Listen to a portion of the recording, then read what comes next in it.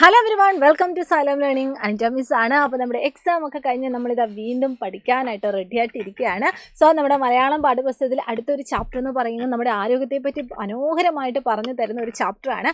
So നമ്മൾ എന്തെല്ലാം തരത്തിലുള്ള ഫുഡ് കഴിക്കണം, അതുപോലെ തന്നെ എന്തെല്ലാം തരത്തിലുള്ള ഫുഡുകൾ നമ്മളെ നിയന്ത്രണം കൊണ്ടുവരണം, അങ്ങനെയുള്ള കുറേ കാര്യങ്ങൾ നമ്മുടെ ഫ്യൂച്ചറിലേക്ക്, നമ്മുടെ ഭാവി ജീവിതത്തിലേക്ക് വേണ്ട നമ്മൾ ശ്രദ്ധിക്കേണ്ട പല കാര്യങ്ങൾ നമുക്ക് ആ ഒരു ചാപ്റ്ററിൽ കാണാനായിട്ട് പറ്റും. സോ നമ്മൾ എന്ത് ചെയ്യാൻ പോവുകയാണ്, ആ ഒരു ചാപ്റ്ററുമായിട്ട് ബന്ധപ്പെട്ട ചില കാര്യങ്ങൾ നമ്മളിതാ ഇന്നത്തെ ഈ ഒരു ചെറിയ വീഡിയോയിലൂടെ നമ്മൾ ഡിസ്കസ് ചെയ്യാനായിട്ട് പോവുകയാണ്. സോ നിങ്ങൾക്ക് ഇവിടെ കുറേ ഫ്രൂട്ട്സ് അല്ലെങ്കിൽ കുറേ വെജിറ്റബിൾസ് നിങ്ങൾക്ക് കാണാനായിട്ട് പറ്റുന്നുണ്ട് അല്ലേ. അതിൻ്റെ കൂടെ തന്നെ നിങ്ങൾക്ക് ഇവിടെ പാല് കാണാനായിട്ട് പറ്റുന്നുണ്ട്, അതുപോലെ തന്നെ ഇറച്ചി കാണാനായിട്ട് പറ്റുന്നുണ്ട്. അങ്ങനെ ധാരാളം ഐറ്റംസ് നിങ്ങൾക്ക് ഇവിടെ കൊടുത്തിരിക്കുന്ന ഈ ഒരു ചിത്രത്തിൽ നിങ്ങൾക്ക് ഒളിഞ്ഞിരിക്കുന്നതായിട്ട് കാണാൻ പറ്റുന്നുണ്ട്.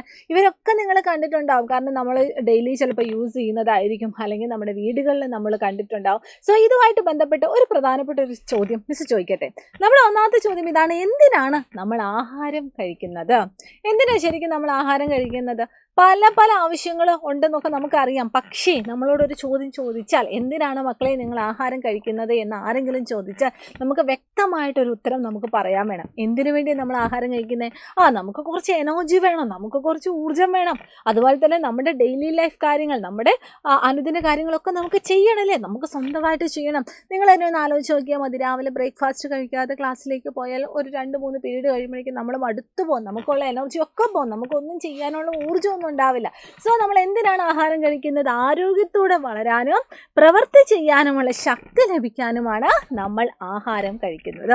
അങ്ങനെയാണെങ്കിൽ മിസ്സിന്റെ അടുത്ത ചോദ്യം ഇതാണ്: ആഹാരത്തിൽ നമ്മൾ എന്തെല്ലാം കാര്യങ്ങൾ ഉൾപ്പെടുത്തണം? നമുക്ക് ഇഷ്ടമുള്ള ബിരിയാണി തന്നെ നമ്മൾ ദിവസം കഴിച്ചുകൊണ്ടിരുന്നാൽ നമുക്ക് നല്ല ആരോഗ്യം ഉണ്ടാവുമോ? അല്ലെങ്കിൽ നമുക്ക് ഇഷ്ടമുള്ള ഏതെങ്കിലും ഒരു പച്ചക്കറി, ആ പച്ചക്കറി തന്നെ കഴിച്ചുകൊണ്ടിരുന്നാൽ നമുക്ക് ആരോഗ്യം ഉണ്ടാവുമോ?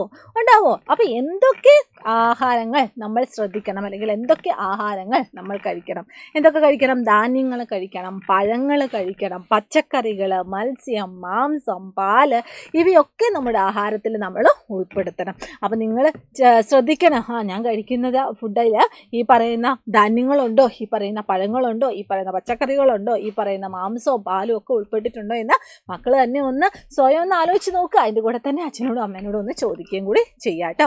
അപ്പം നമ്മൾ ആഹാരത്തെ പറ്റി നമ്മൾ പാലിക്കേണ്ട, അല്ലെങ്കിൽ ആഹാരത്തിൽ നമ്മൾ ശ്രദ്ധിക്കേണ്ട കുറേ കാര്യങ്ങളുണ്ട്.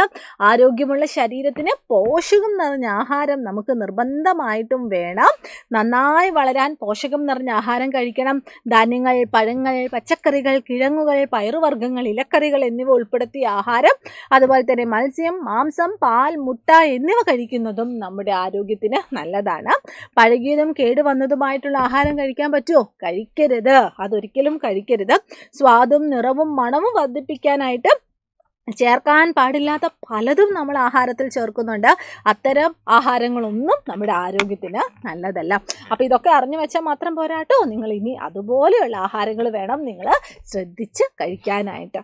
ഓക്കെ, അപ്പോൾ എന്തെല്ലാം കാര്യങ്ങൾ ഉൾപ്പെടുത്തണം, എന്തെല്ലാം കാര്യങ്ങൾ ഒഴിവാക്കണം എന്നൊരു ഐഡിയ നിങ്ങൾക്ക് മനസ്സിലായില്ലേ? അപ്പോൾ ഈ ഒരു ചാപ്റ്ററിൻ്റെ ലൈവുകളൊക്കെ ആയിട്ട് നമ്മുടെ ക്ലാസ് 2 യൂട്യൂബ് ചാനൽ ഞങ്ങളെല്ലാവരും ഇനി വരും ദിവസങ്ങൾ വരുന്നതായിരിക്കും.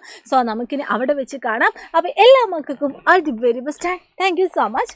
ബൈ.